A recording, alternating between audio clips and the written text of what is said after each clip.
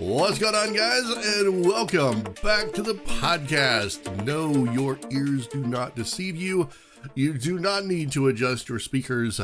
I am back. It's only been, I think, let me think about it, 8 months, I think, since the last podcast. So, yeah, but who's counting, right? There's been a lot of stuff going on the channel. I've taken a bit of a break over the winter, well, near the end of I think most of December, and I came back in January and started back doing live streams and video game Let's Plays. I sort of pulled back from the gaming news.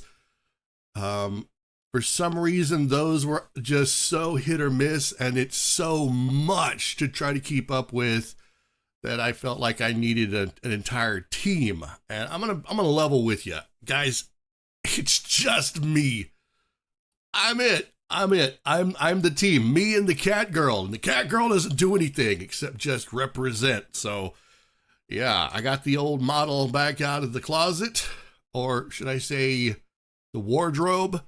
And we're gonna do the blonde-haired Fumi-chan with the highlights. Anyway, welcome to the Neko Cafe podcast, guys. It is the place where I get to talk about whatever I want, and the only thing that will stop me is running out of coffee. Anywho, we're going to be doing a little bit of video game discussion today. There's been some stuff going on that I really like, and some stuff that I really haven't. I have gotten back into playing Overwatch 2. I know who would have ever thought it possible, but I have been playing some Overwatch 2, and I've been playing much less Destiny 2. And that's not to say that Destiny 2 is in any way losing its favor with me, I guess you could say, but I'm just pulling back. There's more games coming in, and there's just less time to commit to so many of them, especially when you have a channel where you want to try to play everything. I think that becomes a problem after a while. So we got some stuff to talk about. Now, what's new in Overwatch 2, and I'll tell you how this happened. So Overwatch 2, when it launched, I did a let me see. Let me look over here on my other tab. Overwatch 2. Overwatch 2 Premiere, I think is what it's called. Yeah, the Premiere live stream, October 5th, 2022. My God, has it been that long? And I took off, man. I hit the ground running. I streamed, wow, I was even using the old Fumi-chan model. October 5th, I did several streams. But it didn't take long for me to realize that there was something just really horribly missing about Overwatch 2. Just the gameplay felt different. It was very similar. It was like it got a big paint job. It got a graphic boost, but they also just took so many things away. And then we were promised that there was going to be this PvE mode that never happened. It just became something of a disappointment. I'm not gonna lie, just something of a big, huge disappointment. And by the time I did my last stream, let me see. Let me see if I can find it. Let me see. Show all. So far, there have been 12 streams.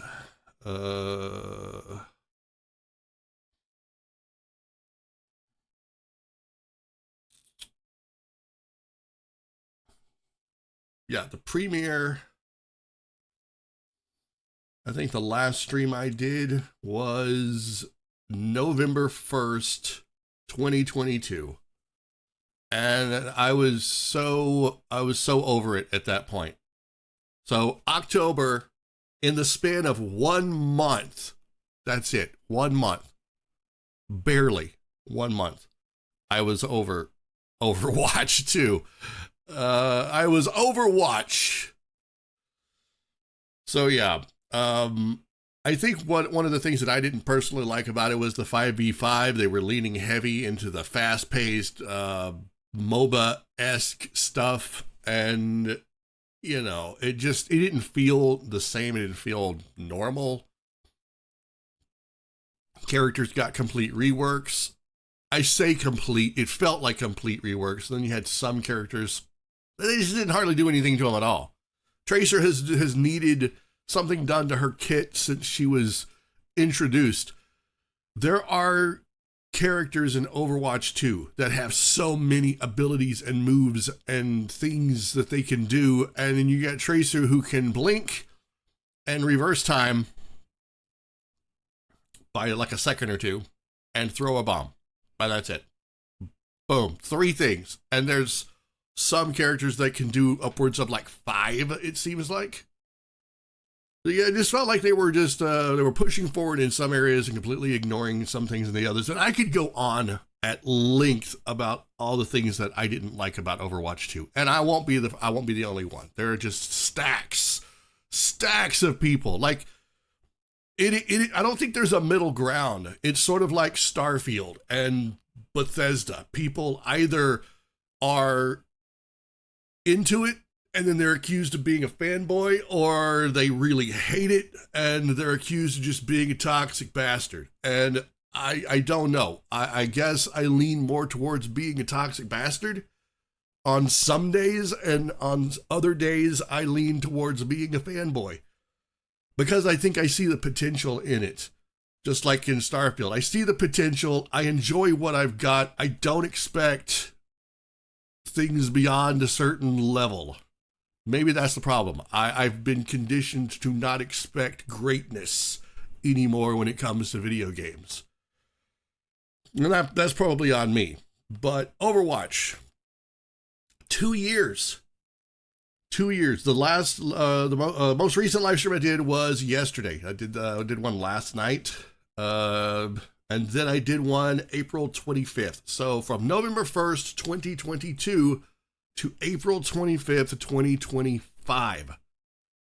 Incredible. So what ultimately brought me back was last, I think, early winter. They started talking about bringing back. Talking about bringing back Overwatch Classic, the 6v6 modes, which I was like, oh really? Oh well, now we're talking, because that's something that I thought would add more flavor back into the game.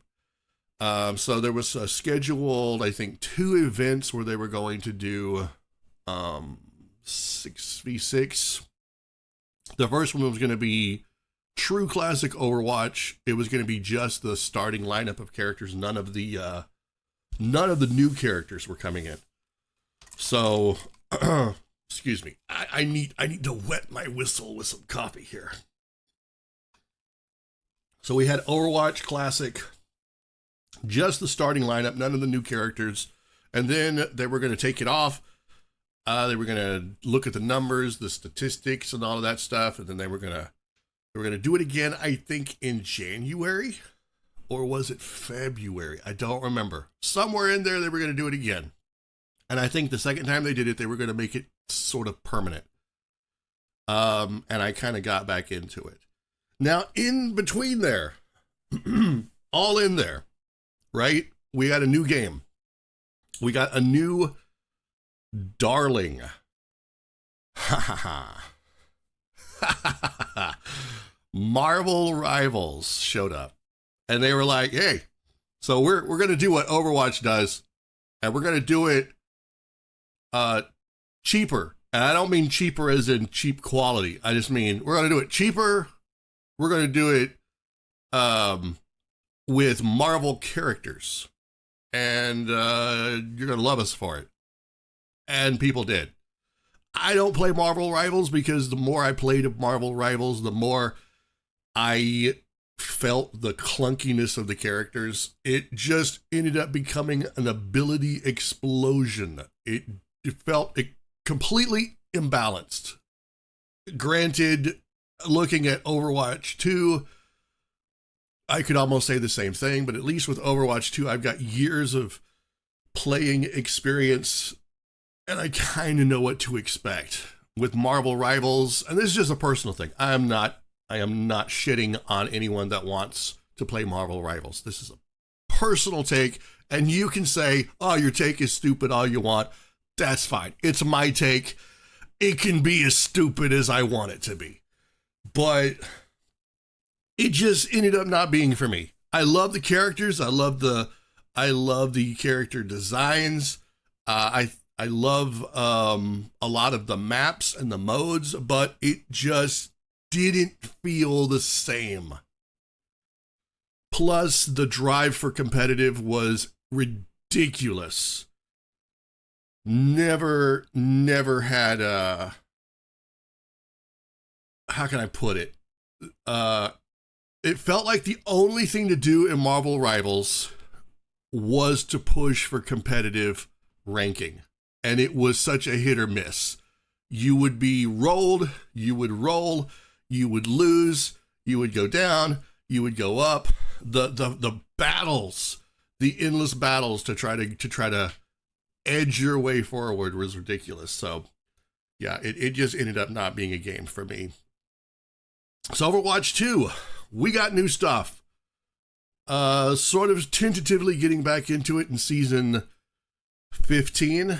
And now with season 16 here, we've got the introduction of something that I know, I just, you can say all day long it's not, but I know that it is a direct result of Marvel Rivals. Because if there's one thing that definitely helps is competition. Competition is always best for the consumer. So if Marvel Rivals had not showed up when it did and dropped two big fat middle fingers at Blizzard, Blizzard probably wouldn't have begun reevaluating Overwatch 2. And as a result, we got some really interesting stuff. So let me move my my screen over here real quick. So yeah, we got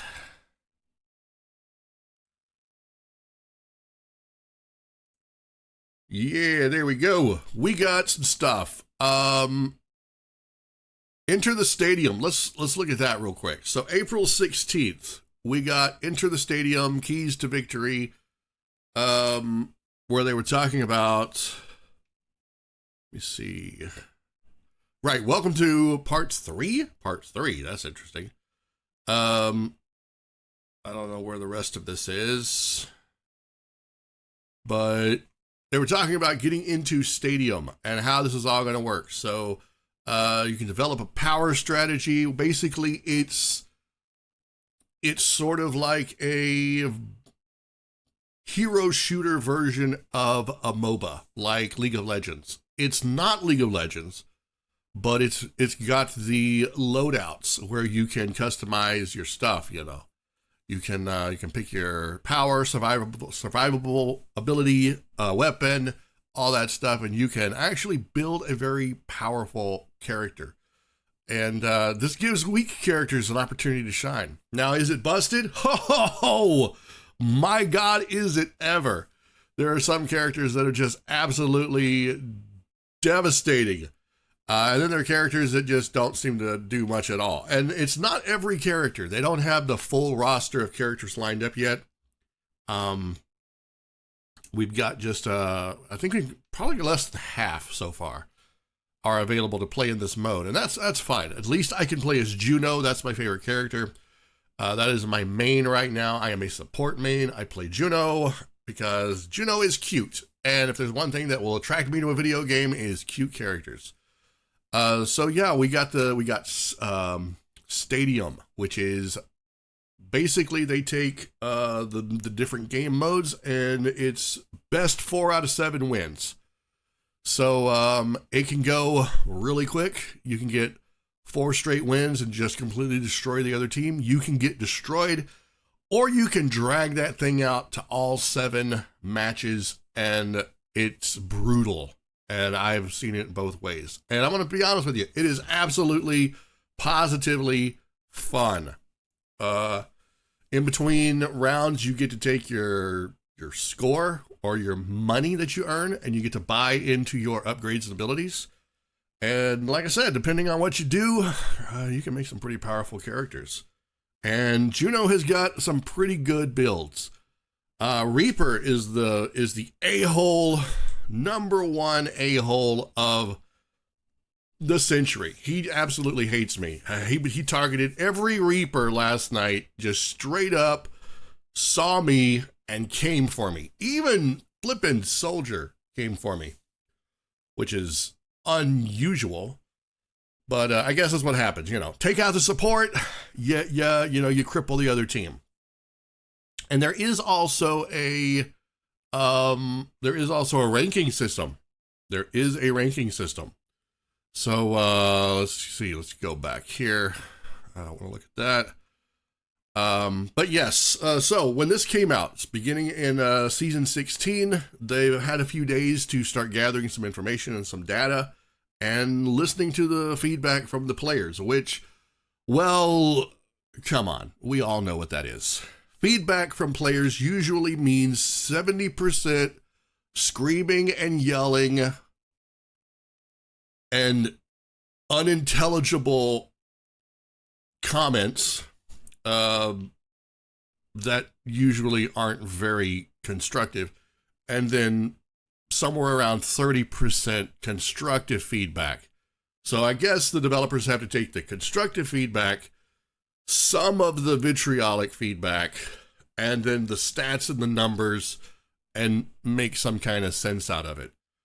And this is sort of what that is. So a couple of days ago, we got the director's take on Stadium's first week. And I'll be honest, despite its ups and downs, this mode may very well, I'm going to say this now. I cannot believe I'm going to say this. This mode may very well save Overwatch 2. Thank you, Marvel Rivals. Anyway, so this is what we're looking at. Hey players, Aaron here checking in after the first few days of season 16. We've seen so many of you jumping into Stadium, making as many crazy builds as possible, and we love to see it. I'm currently working on a longer director's take about the past, present, and future of Stadium, complete with a roadmap for the mode. Now that's what I want to see. I love roadmaps because it gives me some idea of what to look forward to. But I wanted to do a quick roundup of things from this week. There have been a lot of conversations around Stadium, and I want to make sure everyone is aware of the updates, changes, and how things are going. First of all, we've listened to your feedback on Stadium and have some in-game data on it already. Here's what we've seen and heard. Lack of cross-play support. Now, as someone that plays Overwatch 2 on PC these days, wasn't really aware of any lack of crossplay. I guess that makes sense. Stadium was introduced as a type of comp play, which means it is ranked, and you do rise up in the ranks. So in a sense, it is very competitive. And I guess there's discrepancies across the console and PC. I mean, when I first started playing Overwatch 1, it was on the Xbox. So it was all I knew for the longest time. And then when I finally was able to, merge my account and move everything over to Steam, because that's where I play. I play on Steam. I don't like having a completely different launcher just to play every game. So as soon as Overwatch 2 came to Steam, I just installed it from there. But I wasn't aware that there was a lack of crossplay. But I think it would be good if they could figure out a way to do that. The other thing that he mentions is high lever rate. Now, you know what? I don't know about that. Maybe I just haven't done enough back-to-back games. There's a huge lever rate in unranked. There's a lot of people that leave. Like last night when I was streaming, I would do some unranked 6v6 open queue, And then we would do, like mystery heroes, and then I would do some stadium, just kind of rotate it around a little bit. If you start wailing on the other team, obviously they just start leaving because they're like, screw this nonsense. I can't win. F this team, man. And they're gone. It's like, great. Sucks to be that guy who's coming in on a losing team because that's normally me. But I haven't seen a lot of high lever rate in Overwatch in stadium mode. Now, occasionally there'll be one that leaves, and it sucks because I don't think you get one that you don't get a filler. You don't get somebody who comes in. So if you're 5v5 and you lose someone, boom, you're down. And you might as well just kiss the match goodbye. Unless, of course, you've got a Reaper and a Soldier who can just destroy the field. Performance on older systems. I know this is going to sound kind of weird, but not my problem. I've got enough problems with my PC right now. Performance on newer systems, please. There was some instances in my stream when, or even in the regular gameplay, when I would notice performance dipping. I'm not exactly sure why. This doesn't seem to be a case where they've added a whole bunch of assets into the game. The world isn't filled with gigantic, huge explosions. It's the same maps, just slightly tweaked to do different things. So whatever is causing the performance issues really does need to be addressed, because Overwatch has traditionally been, at least Overwatch 1, has traditionally been one of those games that could more or less run off of a potato. So, yeah, maybe I just need to get a bigger spud. Certain heroes and builds are frustrating, and you know what? I'm right there with you. Reaper, F Reaper. Sorry, every Reaper main out there. I know you love Reaper, and I know why you love Reaper, because he wins, and you're good at him. But F Reaper, okay? I'm sorry, just frick him. And the horse he rode on. God. But yeah, so we get a little bit of a breakdown here. We got crossplay where he talks about they agree that this is an issue. Our goal for Stadium is to enable everyone to get to play with their friends through crossplay. There are two ways to do this.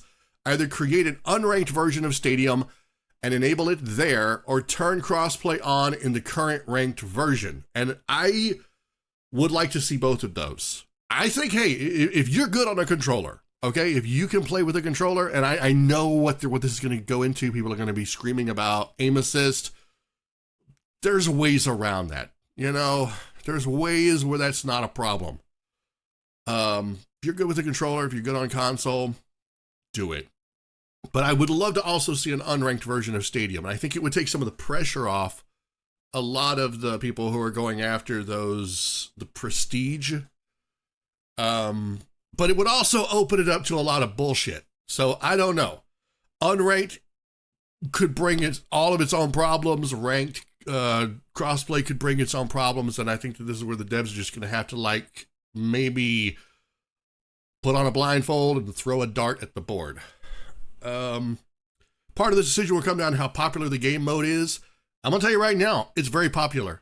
Does not take me long to get into a match.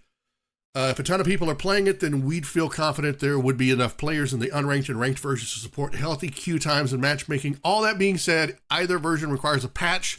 We're still investigating the timeline. We had hoped for Season 16 mid-season, but it's looking like a Season 17 launch might be more realistic. So I don't know what that means. So Season 17, maybe bringing unranked or crossplay. And I've got my fingers crossed for both. Levers. There are levers in Stadium. That's true, but it's not at a high rate, not at a rate higher than in ranked. And I haven't played ranked in a while, but I agree. It's not that high.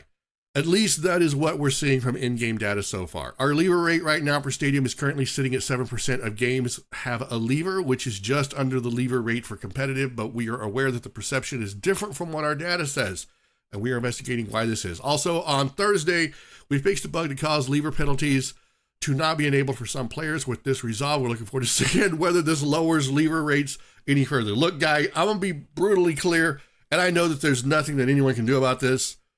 You got to treat all levers the same, no exceptions. But I was literally getting stomped, and you can go check my last Overwatch stream. The one from 2 days ago. Oh no, the one from last night. Yeah. My days and nights are blurring together. We were getting stomped. It was the last match, the last game of the night. We were pushed back. They were about to win. And I was just like, you know what? I'm going down with the ship. We're riding this boat to the bottom of the ocean. My internet cut out. Boom. I think my ISP decided to do some sort of an update, or, you know, because they sometimes do that crap in the middle of the night. And, yeah, boom. Lever penalty as soon as I got my internet back on. So you're going to be watching that. It's going to look like I just immediately spliced my stream. 1 minute, I'm getting hammered by everyone in Overwatch. And the next minute, I'm at the menu going, well, my internet. But I get it. Penalty, right? Hopefully that doesn't happen very often. Because the last thing I want is to be banned from any game. I don't think I've ever been banned from a game. Performance. Let's just go over this real quick. Performance. Because of the sheer amount of extra abilities and powers that players can equip in Stadium, it is a technically demanding game mode. Now, maybe that makes sense.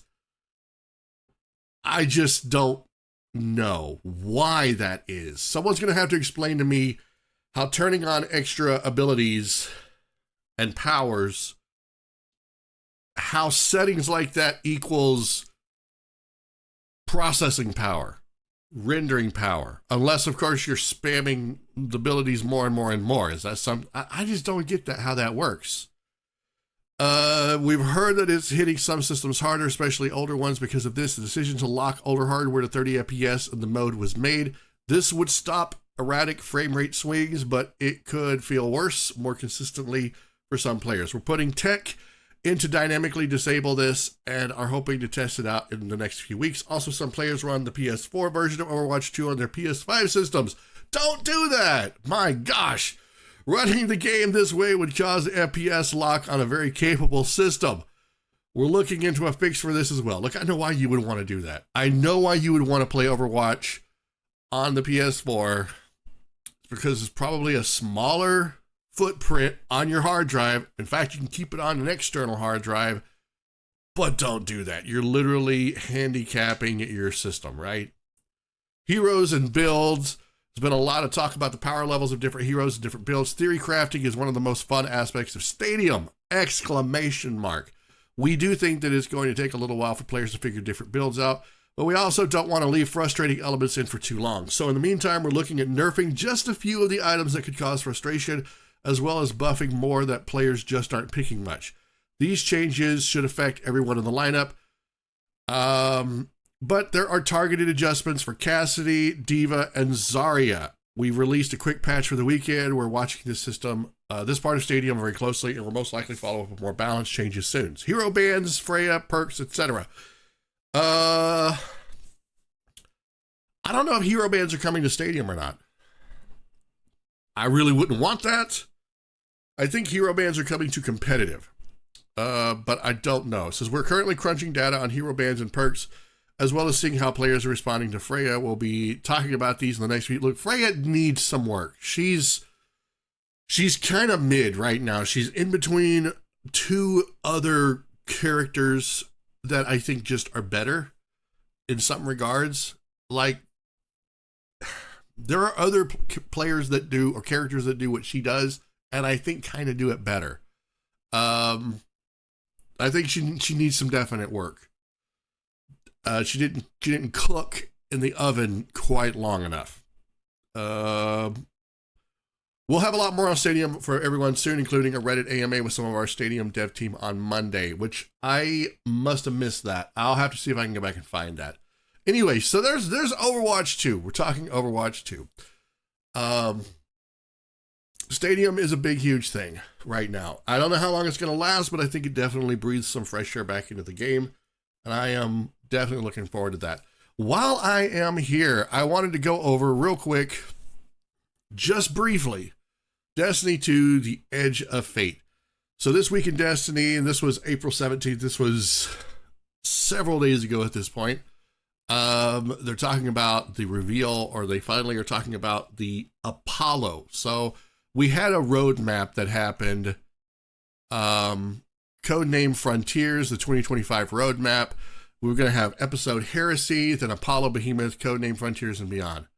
So we also got some concept art for what was going to be the new DLC that's coming over the summer. Episode Revenant, which is going to be in January, Act 3, and then they weren't doing acts anymore, I don't think, or they weren't dumping it all out at once. I don't know, they were changing something. And then February was going to be the start of Heresy, which is going to go from February to May. Now, here's the problem that I have. It's almost May, and we're not getting... where is the new stuff? Well, I think we're going to be hitting a dry spell here. I think we're going to be hitting another dry spell, and that's going to be a problem. So there's a lot riding on the summer content, on the new stuff that's coming. Codename Apollo. I personally was not a fan of Heresy. I played it. I did Act 1, and then I just kind of was over it. We did the new dungeon, and I just kind of was over it. I'm not saying that I'm burnt out, but it's leaning really heavily towards that.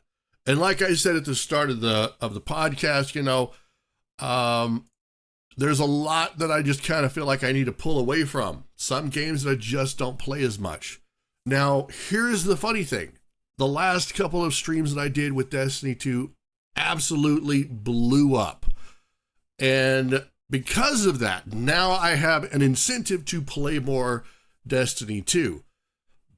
But the content, I think the content grind is just reaching overwhelming proportions. I feel overwhelmed by so much content. I was looking in my vault in game at all of the loot that I have in there. Guys, I'm never going to use those weapons. I am never going to go back and use some of those weapons ever. What is even the point? Every season we're going to get a new version of a gun that does the same thing it did the previous season or the previous DLC. Only it's going to have some new perks, some new traits. That's going to say something different. That's going to do a lot of the same stuff. I mean, my favorite weapon in Witch Queen is not my favorite weapon now. But I guess that's kind of the point. You have to have something to grind for. But it does get overwhelming. But anyway, this week in Destiny, they were talking about the Edge of Fate, which I guess is going to be the official title for the Apollo thing. And then they're talking about Right of the 9 blocky weapons, redefining our support comms, double Nightfall rewards, the usual. But then save the date for Edge of Fate reveal. So on May 6th, which is 8 days away from this podcast, they are going to do a reveal event. Says in the final shape, we faced extinction and rose above the witness to stop it forever. In the aftermath of our battle, we dealt with Maya and the Vex first, then with Fikrul and the Scorn, and finally, the Oryx, Savathun, Zebu Arath, so the whole Hive Pantheon, but also the Taken and the Dread. It's been a year of closure in many ways, but also a year of hope, of looking ahead in the future. So how about we tell you more? A lot more about what's coming next to your favorite video game. Guardians, tell your fire team, put on your best fashion, save the date, and join us on May 6th as we reveal the Edge of Fate in the upcoming year of Destiny 2. Be ready. But here's the thing. They're going to reveal it, but I have no idea when it's actually going to launch. I think I saw over here on this roadmap, they're talking June. Or is it summer? Right, expansion, Codename Apollo, summer 2025, start date June 2025. So we've got what's looking like an entire month of just kind of standing around. Hopefully there's some sort of small event that we can do to keep us busy, like, I don't know, Iron Banner, Sparrow Racing. Please, Sparrow Racing, for the love of God, bring that back. But I was streaming Destiny 2 last night. I did a late stream, and I'm like, I don't know if I can keep, how many strikes can I do? How many nightfalls can I run? How much PvP can I play that people are going to stay interested in? If I'm getting bored, won't other people get bored watching it? And maybe that's true. Maybe it's not true. I don't know. All I'm saying is I don't want to get bored between now and summer. So I'm open to suggestions on what I can do about that. But I do want to say to everyone who subscribed to the channel because of those Destiny live streams, thank you so much. Who knew that Destiny 2, I would take a break from Destiny and I would come back, pick it back up, have insomnia in the middle of the night and decide to do a Insomniac live stream and break every record on the channel, with the exception of a few, because those are usually reserved for just regular uploads. But we're talking live stream numbers, man, I broke every record, I think. Most consecutive viewers, most watch time, most subscribers, most views for a live stream. Yeah, you guys were absolutely the MVP. And I want to keep rewarding that. I want to keep trying to give back. I want to keep doing Destiny 2, but I'm hoping that I just don't get bored with it. But Overwatch 2 and Destiny 2, it's sort of like, these are two games that I've been constantly at odds with. One I have like hundreds and hundreds of hours on, and another one I have thousands of hours on. So when it's up, it's up. When it's down. And I guess I'm just caught in the middle, I do have other games that I want to play this summer. I'm looking forward to Borderlands 4 when it comes out, but I think that's coming out later in the fall. And just trying to get everything up on the channel is a challenge. So, this really was kind of a different podcast. Just wanted to talk about gaming, the state of gaming, some of the games that I really like, and why I'm bringing back Overwatch 2 after over 2 years, and why there's been less Destiny content, and then now suddenly more content, I guess. It's crazy. It's absolutely crazy. So I guess now is a good time to go ahead and bring this episode of the podcast to a close. Thank you guys so much for hanging around and giving it a listen. If you made it this far, then you deserve a special treat. So go out there and treat yourself to something really nice and pretend that I gave it to you. If you enjoyed this episode of the podcast, then be sure and push that like button. And if you are new to the channel and you want to see more, and of course, if you don't mind the cringe of a Catgirl with a really deep dude voice, then consider subscribing for more content. So that's it. Until next time, have an amazing day, everyone. My name is Gruzbee, and this has been the Neko Mimi Cafe podcast. Keep being awesome, and I will see you all in the next episode.